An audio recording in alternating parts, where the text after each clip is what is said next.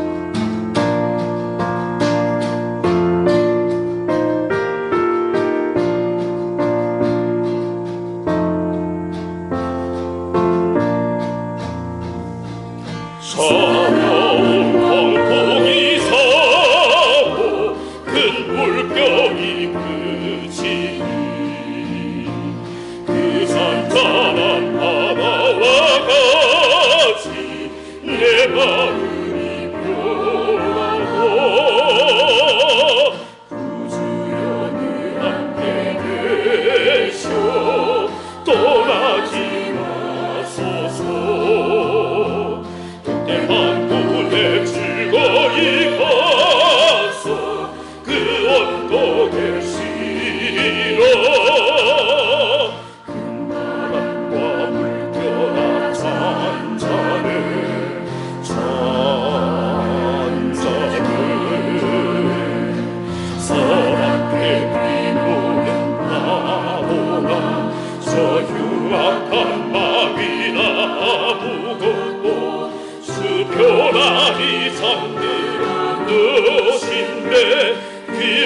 널 능력 없도다.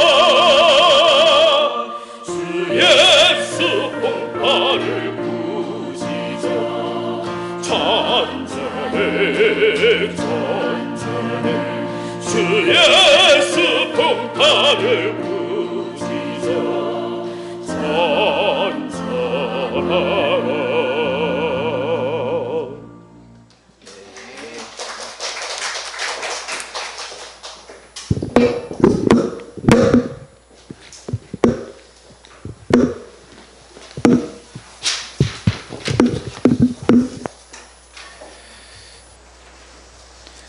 주님이 주시는 참 평강과 기쁨이 하나님을 예배하는 성도님 모두 함께 하시기 바랍니다. 부자와 나사로의 비유라는 제목으로 하나님 말씀 증거하겠습니다. 미국의 예일 대학교 교수인 셀리 케이건은 이 죽음이라는 교양 철학 과목을 17년 동안 예일 대학에서 강의를 했습니다. 이 셀리 케이건 교수는 그 강의를 이제 기초로 해서 죽음이란 무엇인가 라는 책을 썼습니다. 한국어로 이 책이 번역됐는데 한동안 인문학 분야에서 베스트셀러가 됐습니다. 이 케이건의 죽음이란 무엇인가의 이 책의 요지는 죽음은 삶의 끝이고 삶의 소멸이다 라는 것입니다. 한마디로 말하면 죽음 이후에는 아무것도 없다 라는 것입니다. 케이건은 우리 기독교에서 믿고 있는 인간은 이 영혼과 육체로 구성되어 있다는 사실을 믿지 않습니다. 오로지 육체만 있다는 것이죠. 이 몸만 있다는 것입니다. 그러면 우리가 이 영혼이라고 인식하는 것은 무엇인가? 영혼은 육체에 따로 있는 게 아니라 우리 육체의 가장 고차원적인 기능에 대한 단지 개념일 뿐이라는 거예요. 영혼이라는 것이 실제로 있는 것이 아니라 육체의 수준 높은 기능을 하는 그 부분에 대한 표현일 뿐이다라는 것입니다. 이 케이건에 따르면 영혼이 따로 존재하지 않기 때문에 사람이 죽으면 죽음 이후에 어떤 영원한 생명, 영생 이런 게 따로 없다라는 것입니다. 따라서 죽음 후에 그 삶, 영생 이런 문제를 논하는 것 자체가 불필요하다라고 봤습니다. 케이건 교수는 결론적으로 그러면 사람은 어떻게 살아야 하느냐를 말하면서 죽음 후에 아무것도 없다를 인정하고 그냥 신중하게 살아야 한다라고 말했습니다. 죽음에 대해서 두려워할 필요도 없고 어떤 짓눌릴 필요도 없이 그냥 이 삶에 한 번 주어진 이 삶에 대해서 감사하며 살아라라는 것입니다. 그런데 성도님들, 아무리 미국 예일대학교 교수님이고 또 한국어로 번역되어서 베스트셀러로 팔리고 있지만 죽음 후에 정말 아무것도 없다는 것이 이상하지 않습니까? 죽음은 그냥 삶의 소멸이다. 그런데 전혀 그렇지 않다는 것이 하나님의 말씀입니다. 그것을 믿는 게 우리 기독교인이죠. 오늘 예수님의 부자와 나사로의 비유를 보면 19절부터 22절까지는 부자와 거지 나사로가 이 땅에서 살아있을 때를 말하고 그 후에 23절부터는 그들이 죽은 후에 어떻게 됐냐를 이 마지막 비유 31절까지 말합니다. 23절부터 31절까지는 죽음 이후의 세계에서 어떤 일이 일어나는지에 대해서 말하고 있는 것입니다. 이 비유만을 봐도 사람이 죽으면 그곳으로 끝나는 것이 아니라 다른 어떤 곳으로 간다는 것을 보여주고 있습니다. 부자는 죽어서 23절을 보면 음부에서 고통 중에 있다라고 말하고 있습니다. 반면에 거지 나사로는 22절에 보면 이에 그 거지가 죽어 천사들에게 받들려 아브라함 품에 들어갔다라고 말합니다. 그러니까 이 거지 나사로는 이 나곤이라고 불리는 그 아브라함 품으로 갔다라는 것입니다. 우리는 그것을 천국이라고도 부르죠. 하지만 부자는 죽어서 음부에 갔다, 곧 지옥에 갔다라는 것입니다. 거기서 고통을 당하고 있다라는 것입니다. 우리가 정말 이 중요하게 여겨야 할 것이 있다면 예수님은 이 지옥의 존재를 실제로 믿으셨다라는 거예요. 예수님은 지옥을 안 믿은 게 아니라 지옥의 존재를 믿고 그것을 15번에 걸쳐서 신약 성경에서 계속해서 언급하셨습니다. 지옥에 가지 않아야 한다라고 말씀하셨습니다. 그런데 버트란드 러셀이라는 철학자는 나는 왜 그리스도인이 아닌가라는 책을 썼는데, 무신론자죠. 그러면서 그 책을 썼어요. 나는 왜 그리스도인이 아닌가. 그 책에서 자기가 그리스도인이 되지 않은 이유 중에 하나를 그 그리스도교의 창시자인 예수라는 사람은 지옥을 믿고 있기 때문에 자기는 지옥을 믿는 그런 종교를 믿을 수가 없다라고 했습니다. 지옥을 믿고 있는 자는 도덕적으로 심각한 문제를 가지고 있다라고 생각했습니다.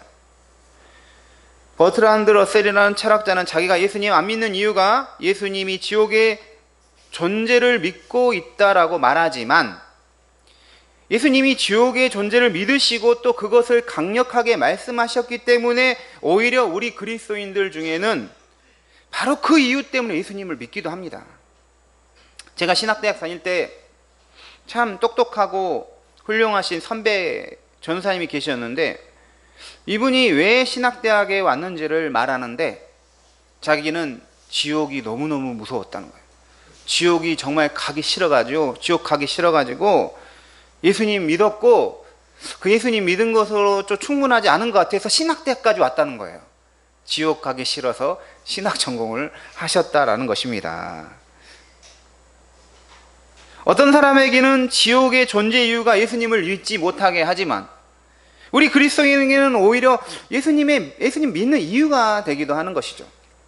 그런데 우리가 예수님을 믿는 이유는 소극적으로 지옥을 가지 않기 위해서라기보다는 적극적으로 주님이 계시는 천국에 가기 위해서인 것입니다. 주님과 함께 영원히 살기 위해서 우리가 예수님을 믿습니다. 우리는 천국에서의 삶이 무엇인지 다 알 수가 없습니다. 또 반대로 지옥에서의 삶이 무엇인지 다 알 수가 없습니다. 그런데 오늘 비유 말씀을 보면 23절에 그가 음부에서 고통 중에 있다라고 말합니다. 24절을 보면 내가 이 불꽃 가운데서 괴로워하나이다. 지옥은 불꽃 가운데서 고통을 당하고 있는 것이죠. 또 얼마나 그 불꽃 가운데 괴로웠으면 나사로를 통해서 24절에 그 손가락 끝에 물을 찍어 내 혀를 서늘하게 하소서, 이렇게 말하고 있잖아요. 25절에서도 아브라함이 이르되 너는 살았을 때 좋은 것을 받았고 나사로는 고난을 받았으니 이것을 기억하라. 이제 그는 여기서 위로를 받고 너는 괴로움을 받느니라. 28절에서도 내 형제 중에 5이 있으니 그들에게 증언하게 하여 그들로 이 고통받는 곳에 오지 않게 하소서라고 말합니다. 지금 부자가 있는 이 지옥은 고통의 장소인 것이죠. 23절, 24절, 25절, 28절을 보면 우리는 지옥이 고통받는 곳, 괴로운 곳, 불꽃이 있는 곳으로 이해할 수가 있습니다. 그런데 이 비유에서 또 다른 중요한 내용을 발견하게 됩니다. 사람이 한 번 죽으면 심판을 받고 그 심판의 결과를 받게 되는데 그 결과에 대해서는 변경이 불가능하다는 것이죠. 한 번 받은 그 결과는 번복이 되지 않는다라는 것입니다. 부모가 이 자식을 뭔가 혼낼 때는 이런 표현을 가끔 쓰기도 합니다. 절대로 안 된다. 절대로 그렇게 하면 안 봐줄 거다. 절대로 그거 못한다. 이렇게 말하기도 하지만 자녀가 뭔가 반성을 하고 변화된 모습을 보여주면 이번 한 번만 예외적으로 하게 한다. 이런 식으로 가능성이 또 열려 있는 것이죠. 그렇기 때문에 사람에게는 절대로가 없습니다. 사람이 세상에서 범죄하여 이 교도소에 가서 형량을 살면 만약에 무기징역 이렇게 받더라도 그 모범수로서 거기서 열심히 죄수생활 잘하고 모범이 되면 어떻게 됩니까? 가석방, 사면 이런 경우가 또 있을 수도 있다라는 것이죠. 하지만 죽음 이후에 있는 천국과 지옥의 상태는 변경되지 않는다라는 것이죠. 세컨 찬스, 두 번 찬스가 없다는 거예요. 우리 그 OX 게임 할 때 패자 부활절 있잖아요. 패자 부활절. 그런 게 없다라는 것이죠. 가전제품 살 때 순간의 선택이 10년을 좌우한다고 하는데, 이 지상의 선택에 의해서 천국과 지옥, 영원한 삶이 결정이 되는 것입니다. 24절에서 부자가 아브라함에게 나사로를 시켜 물 한 방울 떨어뜨려서 자기 혀를 서늘하게 해달라고 부탁합니다. 그때 26절에서 그뿐 아니라 너희와 우리 사이에 큰 구렁텅이가 놓여 있어서 여기서 너희에게 건너가고자 하되 갈 수가 없고 거기서 우리에게 건너올 수가 없다라고 말하고 있는 것입니다. 그러니까 무엇입니까? 천국과 지옥은 서로 왕래하고 갈아타고 그런 것이 전혀 아니다라는 것입니다. 그래서 예수님께서는 영생이라고 말해요. 천국에 대해서는 영생, 지옥에 대해서는 영벌이라는 영원한이라는 형용사를 사용해서 그곳의 상태를 고정하는 걸 볼 수가 있습니다. 이런 천국과 지옥을 말하면 어떤 믿지 않는 사람은 어떻게 사랑의 하나님이 그렇게 할 수 있느냐고 말합니다. 자기 안 믿었다고 어떻게 영원한 지옥으로 보냈느냐, 자기 믿었다고 어떻게 영원한 천국으로 인도하느냐, 그런 하나님이 어떻게 사랑의 하나님이냐라고 말하는 사람도 있습니다. 그런데 웃긴 건 그 기준도 자기 기준이라는 거예요. 자기 생각에 그거는 사랑의 기준인 거, 자기 기준으로 보는 것입니다. 자기가 봤을 때 이상하게 느껴지는 것이죠.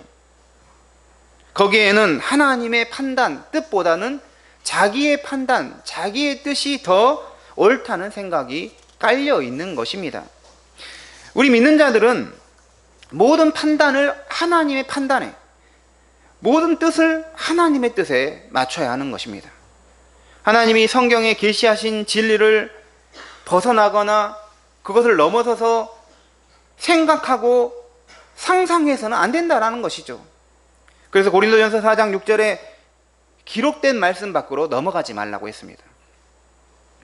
칼빈은 우리는 성경이라는 끈을 몸에 짊어지고 미로에서 바른 길을 찾아갈 수 있다라고 했습니다. 우리는 이 영적 세계, 하나님의 진리의 세계에 있어서 성경을 끈으로 쫙 묶어야 돼요. 그럴 때만이 미궁에 빠지지 않고 올바른 목적지까지 갈 수가 있는 것입니다. 독일의 신학자 위르겐 몰트만은 만유구원론이라는 걸 주장했습니다. 모든 사람을 하나님은 구원할 것이다. 그것도 심지어 마귀 사탄도 마지막에는 구원할 것이다. 이런 말을 합니다. 그런데 그분의 제자가 직접 물었대요. 몰트만 교수님, 당신은 모든 사람, 예수 안 믿는 사람도 결국은 다 구원하고 마귀까지도 다 구원한다고 믿으십니까? 라고 물었더니 자기는 만유 구원론자가 아니라 만유 구원의 희망론자라는 거예요. 그렇기를 바라는 사람이다라는 것입니다. 사실 그렇습니다. 우리도 마찬가지죠. 모든 사람이 다 구원받으면 좋죠. 예수님을 믿든 안 믿든 다 천국에 가면 인간적인 감정으로는 좋습니다.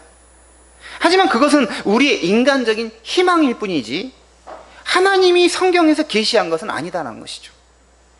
기회는 한 번뿐이고 죽고 나서는 다음 기회가 없다라는 것입니다. 그래서 예전에 지옥에 대해서 말할 때 지옥은 이 까와 꺼를 하면서 후회하는 곳이라고 했습니다. 내가 그때 예수님을 왜 안 믿었을까? 예수님 믿을 걸, 왜 교회를 안 갔을까? 교회를 갈 걸. 그럼 무엇입니까? 까랑 껄이란 건 뭡니까? 그냥 후회가 되는 거예요. 거기서 고통받으면서 변경할 수 없기 때문에 영원한 후회를 하고 있는 것이죠. 예수님의 이 부자와 나사로의 비유에는 또 한 가지 중요한 사상, 기독교 사상이 들어가 있습니다. 지금 이 땅에 살고 있는 사람과 이미 죽은 사람들 사이에서는 서로 교통할 수 없다라는 사실입니다.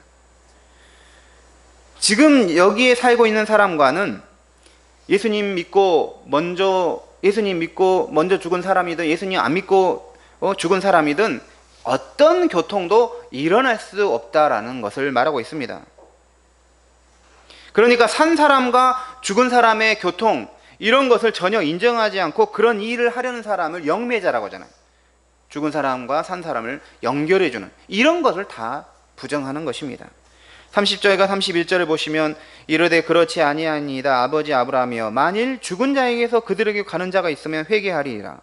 이르되 모세와 선지자에게 듣지 아니하면 비록 죽은 자 가운데서 살아나는 자가 있을지라도 권함을 받지 아니하리라 하였다. 그러니까 이 비유에서 예수님은 지금 천국에 있는 나사로를 우리 아버지의 형제들, 자식들에게 보내서 가서 그들로 예수님 믿고 선하니라 여기 지옥 못 오게 막아달라고 부탁을 하는데, 그런 것은 가능하지 않다라는 것입니다. 딱 잡아떼는 것이죠. 천국에 있던 나사로가 다시 살아나서 뭔가 메시지를 전하고 그런 일은 되지도 않을 뿐만 아니라 그 방식은 옳은 것도 아니라고 말하고 있는 것입니다. 우리는 이 사도신경, 방금 예배 때도 고백했지만 성도의 교제를 믿는다라고 고백했습니다. 성도의 교제에 대해서 우리 이 개신교와 천주교에는 큰 차이가 있습니다. 천주교는 이거를 성도의 교제라고 번역하지 않고 이 성인들의 통공이라고 번역했습니다. 통하다, 공로를 통하다. 성인들, 예수님을 너무나 잘 믿어가지고 막 순교를 하고 평생 주를 위해서 한 사람은 공덕이 많은 거예요. 업적이 많은 것입니다. 그래서 천국의 보화로 있는 거죠. 그래서 자기 것만 쌓으면 되는데 너무 많이 쌓아가지고 천국에 이렇게 인여로 있는 거죠. 그것을 이 지상에 있는 성인들과 함께 뭐 할 수 있다는 거죠? 그 공로를 나눠 가질 수 있다. 성인들과 교통할 수 있다라고 하는 게 천주교의 가르침입니다. 하지만 루터는 성도의 교제를 죽은 성인과 교제하고 나누고 이런 게 아니라 지상 성도들을 안으로 제한을 했습니다. 그래서 성도의 교제는 교회 안에서의 믿음의 교제라는 것입니다.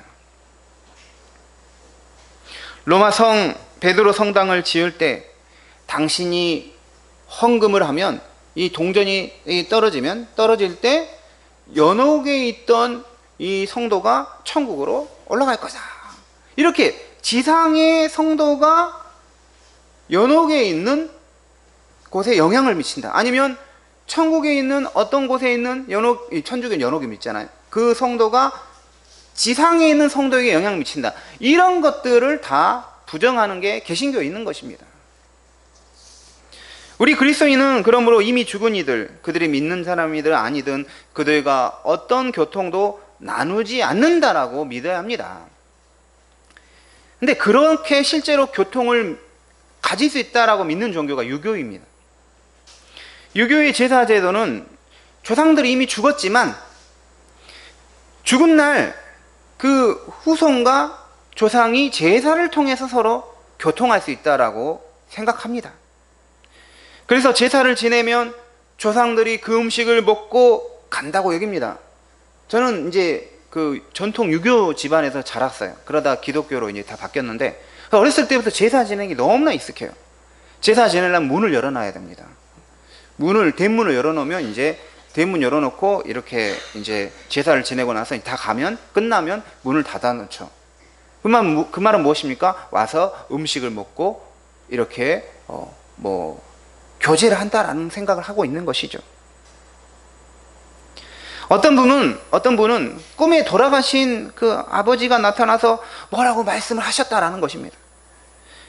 실제로 그 돌아가신 아버지가 나타날 수 있다라고 믿습니다. 그런데 그거는 그 실제로 아버지가 아닌 그냥 꿈인 거예요. 믿는 자들 중에도 어제 꿈에 너네 아버지가 나타났다, 그렇게 말하는 분도 있는데 전혀 성경적이지 않습니다. 그냥 아버지의 꿈을 꾼 거지 실제로 꿈을 통해서 아버지가 나타난 게 아니라는 거예요. 그렇게 믿는 거는 마귀에 속고 있는 것입니다. 천국과 지옥 이 사이에도 건널 수 없는 이 구렁텅이가 있어서 교통할 수 없는 것처럼 이미 죽은 자들이 있는 곳과 현재 이곳은 서로 교통할 수 있는 곳이 아닙니다. 하지만 유일하게 교통하실 수 있는 분이 있죠. 바로 예수 그리스도인 것이죠. 예수님은 이미 먼저 천국에 간 이들과 함께 천국에 계시면서 하나님 우편에 계시면서도 지상 성도와 얼마든지 영적인 교통을 하실 수가 있는 것입니다. 그러므로 그리스도인은 죽은 이들과 교통을 하는데 관심을 가질 것이 아니라, 거기 힘을 쏟을 것이 아니라 오직 예수님과의 교통을 기도하고 힘쓰고 소망해야 하는 것입니다. 부자와 나사로의 이 비유에서 우리가 주목해야 할 것은 사람을 이제 회개시켜서 지옥 가지 않고 천국 가게 하는 그 방법이 무엇인가를 우리가 주목해야 합니다. 방금 말한 것처럼 지옥에서 고통당하는 부자가 지금 자기 이 형제가 저기 지상에서 살고 있는데 천국에 있는 나사로를 시켜서 자기 형제에게 나타나서 죽은 나사로가 나타나면 여러분 진짜 천국이 있습니다. 진짜 지옥이 있습니다. 그렇기 때문에 여러분 예수님 믿고 말씀에 순종하여 천국에 가셔야 합니다. 이렇게 하라는 것이죠. 28절에 내 형제 다섯이 있으니 그들에게 증언하게 하여 그들로 이 고통받는 곳에 오지 않게 하소서. 그랬더니 아브라함이 뭐랍니까? 그들에게 모세와 선지자들이 있으니 그들에게 들을지니라. 그랬더니 이 부자가 이렇게 말하죠. 그렇지 아니하니이다. 아버지 아브라함이여, 만일 죽은 자에게서 그들에게 가는 자가 있으면 회개하리이다. 다시 아브라함이 말하죠. 모세와 선지자들에게 듣지 아니하면 비록 죽은 자 가운데서 살아나는 자가 있을지라도 고난을 받지 아니하리라. 이 말씀은 무엇입니까? 하나님이 사람을 회개시키는 방법은 어떤 초자연적 기적을 통해서 하시는 게 아니라는 거예요. 모세와 선지자, 즉 하나님의 말씀을 통해서 회개를 시키고 그것으로서 충분하다는 거죠. 지옥을 봤다, 천국을 봤다 하는 사람에게 우리가 혹 할 필요가 없는 것이 바로 이 말씀 때문에 그렇습니다. 그러므로 우리는 미혹이 되어서는 안 됩니다. 성경으로 충분하지 않습니다. 여러분 진짜 증언을 드려야 됩니다. 이런 식으로 우리가 말하는 것을 피해야 한다라는 것이죠. 왜 그렇습니까? 그런 방법으로 하나님이 회개를 시키는 것이 아니라 말씀으로써 회개를 시키기 때문이죠. 진정한 회개는 기적을 보고 놀래서 회개하는 게 아니라 하나님의 말씀이 내 영혼 안에서 역사할 때 거듭나서 회개하게 되는 것입니다. 예수님은 이 마르다와 마리아의 오빠인, 여기 부자 비유에 나오는 나사로가 아니라 마르다와 마리아의 오빠, 친오빠인 나사로를 살리시죠. 죽었던 나사로를 살립니다. 죽었다가 사람이 다시 산 거예요. 4일이 됐는데 4일 후에 살아났습니다. 그것을 현장에서 많은 사람이 봤습니다. 그러면 당연히 유대인들이 예수님을, 야, 죽은 사람을 살려냈으니까 예수님 믿어야 되잖아요. 오히려 그걸 보고 예수님 죽여야 되겠다, 이런 생각한 거예요. 또 예수님만 죽인 게 아니라 죽었다가 살아난 나사로도 죽여야 되겠다. 나사로는 굉장히 억울하죠. 4일 동안 죽었다가 다시 살아났는데 또 죽인다는 거예요. 2번 죽인다는 것이죠. 왜 믿지 않고 나사로까지 죽이고 예수님도 죽이려 하는가? 기적을 본다고 해서 무조건 믿음이 가져지는 것이 아니다라는 것을 말하고 있는 것입니다. 물론 일시적으로 초자연적 기적을 보면 믿음이 생길 수가 있습니다. 하지만 그것이 지속하지는 않습니다. 왜냐하면 우리 믿음은 무슨 이벤트처럼 초자연적 기적 한번 보고 다 완성되는 게 아니라 언제나 새롭게 다가오는 하나님의 말씀을 자양분으로 삼을 때 믿음이 유지되고 성장할 수 있게 하나님 하셨기 때문이죠. 그래서 항상 우리가 기도하고 말씀 보고 예배 드려야 할 이유가 거기에 있는 것입니다. 우리가 어떻게 지옥이 아닌 천국에 갈 수 있느냐, 그 방법이 정말 중요합니다. 우리가 일상생활을 살 때 매뉴얼이 얼마나 중요합니까? 학교나 회사와 같은 공동체 생활을 할 때 규정, 내규가 얼마나 중요합니까? 중대한 문제가 생기면 결국은 매뉴얼대로 했느냐 안 했느냐를 따집니다. 규정대로 했느냐, 매뉴얼대로 따랐느냐를 묻습니다. 믿음 생활과 구원 얻는 방법도 마찬가지입니다. 성경이라는 매뉴얼, 성경이라는 규정, 성경이라는 규범, 표준을 우리가 따라야 한다라는 것이죠.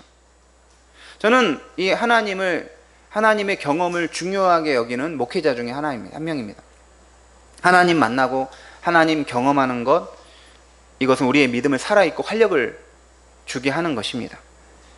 우리는 정말 하나님을 살아계신 하나님으로 만날 수 있어야 합니다.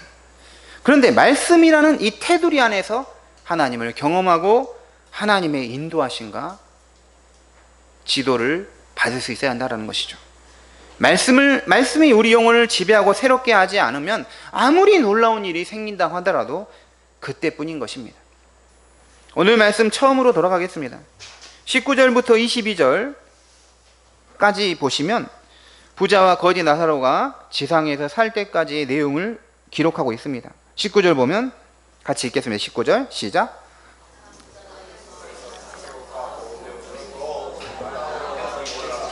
네. 20절. 그런데 나사로라 이름하는 한 거지가 헌데투성이로 그의 대문 앞에 버려진 채. 21절. 그 부자의 성에서 떨어진 것으로 배불리려 하며 심지어 개들이 와서 그 헌데를 핥더라. 22절. 이에 그 거지가 죽어 천사들에게 받들려 아브라함 품에 들어가고 부자도 죽어 장사되매. 네, 이 짧은 구절에서 우리가 알 수 있는 것은 이 현세의 삶이 내세의 삶에 그대로 영향을 준다는 것이죠. 현세의 삶은 대단히 짧지만 내세의 삶은 영원하다는 것이죠. 이 짧은 현세의 삶이 영원한 삶을 결정한다. 얼마나 중요합니까? 예수님이 부자와 나사로의 비유에서 말하고자 하는 것은 현세의 삶의 결과에 따라 내세의 삶이 완전히 달라질 수 있다는 것이죠. 그런데 이 현세의 삶이 부자는 세상 관점에서 대단하다, 와, 축복의 관점, 이런 관점이었고, 거지 나사로는 비참하고 고통 가운데 있었다는 것이죠. 하지만 둘은 죽은 후에는 완전히 역전된 삶이 되었다라고 말하고 있습니다. 25절을 보면 아브라함이 이르되 예 너는 살았을 때 좋은 것을 받았고 나사로는 고난을 받았으니 이것을 기억하라. 이제 그는 여기서 위로를 받고 너는 괴로움을 받느니라. 완전한 역전이잖아요. 그러니까 이 말씀에서 세상에서 고통과 좋은 것, 이런 게 일시적인 것으로서 그것에 대해서 영원한 가치를 부여해서는 안 된다는 것이죠. 세상에서 우리가 믿음을 통해서 고난을 받고 환난을 당하고 어려움을 당하는 것은 이게 일시적인 것이라는 것이죠. 지금 우리에게 당하는 것은 가벼운 거라는 거죠. 장차 올 영광에 비하면 그거에 비해서 아무것도 아니다라는 것입니다. 이 말씀은 우리 그리스도인은 세상 행복, 좋은 것, 그런 것만을 쫓아다니고 찾아다닐 것이 아니라 영원한 것을 위해서 우리 삶을 드려야 한다라고 말하고 있는 것입니다. 그런데 오늘 이 부자의 문제가 무엇입니까? 왜 그는 지옥에 가야 했을까요? 자색 옷과 고운 베옷을 입어서 지옥에 가야 했을까요? 제 옷이 당시 부자 옷보다 훨씬 좋을 것 같습니다. 예. 그리고 우선 좋은 옷을 입고 날마다 호화롭게 즐기더라. 잔치를 베푸면 지옥에 가야 하나? 그럼 우리는 파티에 가면 안 되나? 단순한 그런 문제는 아니라는 거죠. 그가 좋은 옷을 입고 그 자신을 위해서 잔치를 베풀었다. 그것이 문제가 아니라 그렇게 하면서도 자기 집 문 앞에 버려진 나사로에 대해서는 철저하게 무관심했다는 것이죠. 거지 나사로를 괴롭히고 못 살게 구는 게 아니에요. 그냥 무관심, 외면. 사실 우리의 그 감정에서 뭔가 미운 감정, 싫은 감정이 무관심보다 나은 거예요. 무관심은 정말 아무것도 없는 거예요. 그래서 차라리 누구랑 욕하고 싸우는 게 관계가 개선될 수 있어요. 그냥 완전 무관심, 하나도 떠오르지 않아. 그러면 아무것도 안 되는 것입니다. 이 철저한 부자의 거지 나사로에 대한 무관심의 그 이면에는 철저한 자기중심성이 있습니다. 좋은 옷 입고 잔치하고 이게 나 자신만을 위한 삶인 것입니다. 간혹 저도 이렇게 사람 만나면 이 철저한 자기중심적인 사람들이 있더라고요. 우주는 나를 중심으로 돌아가는 것입니다. 모든 게 자기가 최고인 거예요. 자기만 행복하면 되고 자기밖에 없는 것이죠. 가족도 자기예요, 사실. 그래서 자기중심, 가족중심, 이게 어떻게 보면 지옥에 가는 이유가 될 수 있다는 것이죠. 하나님은 다른 일을 전혀 돌아보지 않고 자기 중심적으로 사는 사람을 기뻐하시지 않는 것입니다. 하나님은 우리에게 시간도 주시고 물질도 주시고 재능 이런 걸 주셨습니다. 하지만 이 모든 것을 오로지 자기 자신만을 위해서 사용하라고 주신 것이 아니라 하나님의 영광을 위하여, 교회를 위하여, 다른 사람의 유익을 위하여 사용하라고 주신 것입니다. 서로 성도의 교제하라고, 교통하라고 주신 은사와 은혜들인 것이죠. 고린도전서 12장 26절에 만일 한 지체가 고통을 받으면 모든 지체가 함께 고통을 받고 한 지체가 영광을 얻으면 모든 지체가 함께 즐거워하느니라 했습니다. 부자는 왜 지옥에 갔어요? 나사로에 대한 무관심과 외면 때문이었습니다. 성도님들, 오늘 부자와 나사로의 비유는 비유이지만 우리가 유념하고 붙들어야 할 진리의 말씀을 그대로 가지고 있습니다. 이 부자의 나사로의 비유는 이제 신학에서도 굉장히 중요한 비유입니다. 왜냐하면 천국에 대해서 직접적으로 지옥에 대해서 말하고 있는 구절 중에 하나이기 때문이죠. 예수님은 지옥의 존재를 믿으셨고 그 지옥에 대해서 자주 언급하며 그곳에 가서는 안 된다라고 말씀하셨습니다. 케이건 교수처럼 죽으면 소멸이다, 끝이다라가 아니라 히브리서 9장 27절에 한 번 죽는 것은 사람에게 정한 것이요 그 후에는 심판이 있다, 끝이 아니라는 것이죠. 그 심판은 영원한 심판이기에 갈아타고 바꾸고 또 기회가 오고 그런 게 없다라는 것입니다. 그러니까 지금 여기서 우리 믿음 생활이 너무너무 중요한 것입니다. 또한 우리는 산 자와 죽은 자가 서로 교통할 수 있다는 미신적인 생각에서, 그 신앙에서 벗어나야 합니다. 이미 죽은 이들이 나를 어떻게 해코지 할 수 있다라는 생각, 죽은 사람이 나에게 어떤 긍정적이든 부정적이든 영향을 줄 수 있다는 생각에서 우리는 벗어나야 합니다. 영향을 줄 수 있는 분은 오직 예수 그리스도이신 것뿐이죠. 우리가 지옥에 가지 않고 천국에 가는 방법은 어떤 놀라운 이적이나 기적, 심지어 죽은 사람이 살아 돌아오는 데 있는 것이 아니라 하나님의 말씀에 있는 것입니다. 이걸 믿어야 합니다. 지동설을 주장했던 갈릴레오는 성경은 성도에게 하늘로 가는 길을 가르친다라고 했습니다. 천국으로 가는 길을 가르친다. 성경만이 구원의 진리, 천국으로 인도하는 진리를 담고 있습니다. 그러므로 우리가 하나님 말씀 중심으로 믿음 생활할 때 믿음의 목적지인 주의 영광의 나라에 도달할 수 있는 것이죠. 우리가 하나님의 말씀을 바로 믿고 그 매뉴얼, 그 규정대로 믿음 생활하면서 가장 중요한 것은 이 자기밖에 모르는 자기 중심성을 벗어나서 우리에게 주신 은사와 소유와 능력을 주신 주님을 위하여, 주의 교회를 위하여, 지금도 어려움 가운데 고통받는 자들을 위하여 사용이 되어야 한다라는 것입니다. 기도하겠습니다. 하나님, 부자와 나사로의 비유를 통해서 우리에게 주시고자 하는 메시지를 잘 담아내게 하여 주시옵소서. 미신에 빠지지 않고 미혹된 신앙에 빠지지 않게 하여 주십시오. 참된 말씀에 근거한 진리가 우리 안에 있게 하여 주셔서 우리가 죽으면 아무것도 없이 끝난다가 아니라 반드시 심판이 있고 천국이 있고 지옥이 있음을 믿게 하여 주십시오. 또한 천국과 지옥 간 것으로 한 번으로 결정되지 다시 거기서 기회가 있는 것이 아니기 때문에 이 삶을 너무너무 우리가 소중하게 여기고 믿음 생활하게 하여 주시옵소서. 죽은 이들과 어떠한 교통도 없다는 걸 믿고 오직 예수 그리스도와만 교통하려는, 교제하려는 우리 성도님 되게 하여 주시고 지상 우리 교회의 성도들과 함께 교제하는 우리 모두 되게 도와주시옵소서. 자기 중심성에서 벗어나서 이웃의 고통받는 자, 아파하는 자들을 돌보고 살펴보는 자들을 되게 도와주시옵소서. 예수 그리스도의 이름으로 기도드립니다. 아멘. 321장 찬송하시면서 봉헌하시겠습니다.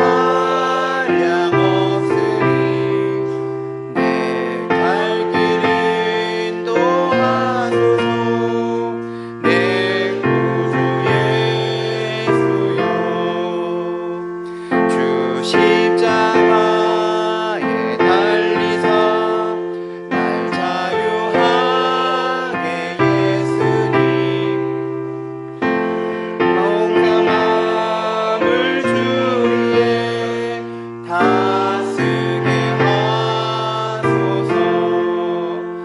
나 구주의 살리라. 내 기쁨 한량없으니 나의 발길을 인도하소서. 내 구주 예수여.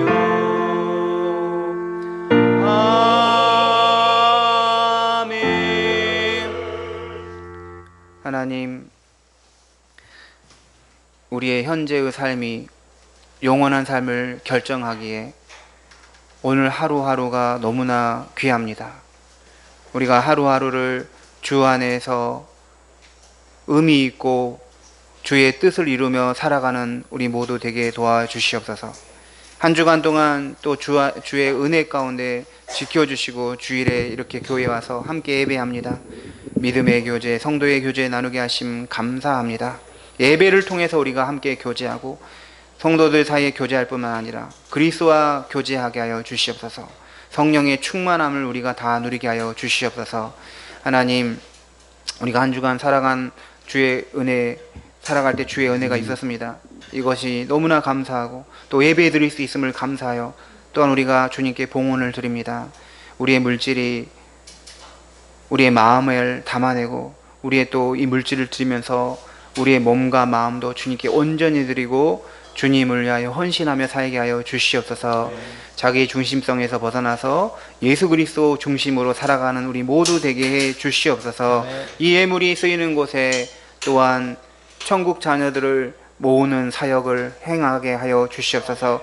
교회가 영광스럽게 되는데 사용되게 하여 주시옵소서. 예수 그리스도 이름으로 기도합니다. 아멘.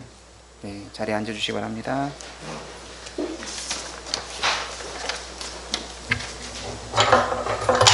네, 우리 교회 소식 안내하겠습니다. 우리 옆에 분들과 인사하겠습니다. 천국과 지옥은 확실히 있습니다. 천국과 지옥은 확실히 있습니다. 네, 다른 분들에게 천국을 위해 말씀을 붙듭시다. 천국 위에 말씀을 붙듭시다. 네, 오늘 우리 교회에 우리 두 청년이 오셔서 예배 드렸습니다. 김혜람 자매, 이금범 형제님, 잠깐 일어나 주시겠습니다. 네, 환영합니다. 감사합니다. 주중에 성경 읽기가 이제 레위기 7장, 8장, 9장인데요. 지난주와 계속 같이 하겠습니다. 오늘 우리 종교인 회의가 있고 또 우리 거리 전도가 있기 때문입니다. 점심 식사 후에 정리는 우리 청년부인데 청년부의 개인적 사정들이 있어가지고 남성 성도가 대체하겠습니다. 네. 그리고 2시에 우리 오늘 정교인 회의 있고요. 거리 전도 끝나자마자 거리 전도가 있습니다. 다음 주일 우리 추석 연휴 기간이잖아요. 그래서 예배 후에 예배는 있습니다. 금요 기도회는 없고요. 쉬고요. 주일 예배가 있고 식사는 없습니다. 그리고 성찬식은 이제 추석 연휴 후에 그 다음 주에 10월 8일 주일에 하도록 하겠습니다. 다 같이 일어나셔서 파송의 찬송 하나님께 드리겠습니다.